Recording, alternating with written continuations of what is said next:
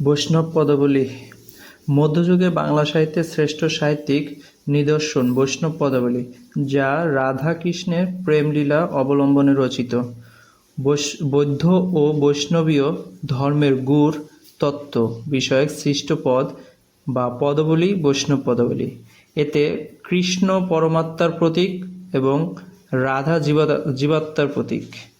বৈষ্ণবেরা ভগবান ও ভক্তের সম্পর্কের স্বরূপ নির্ণয়ের উদ্দেশ্যে কৃষ্ণকে পরমাত্মা বা ভগবান এবং রাধাকে জীবাত্মা বা সৃষ্টির রূপক মনে করে তাদের বিচিত্র প্রেমলীলার মধ্যেই ধর্মীয় তাৎপর্য উপলব্ধি করেছেন।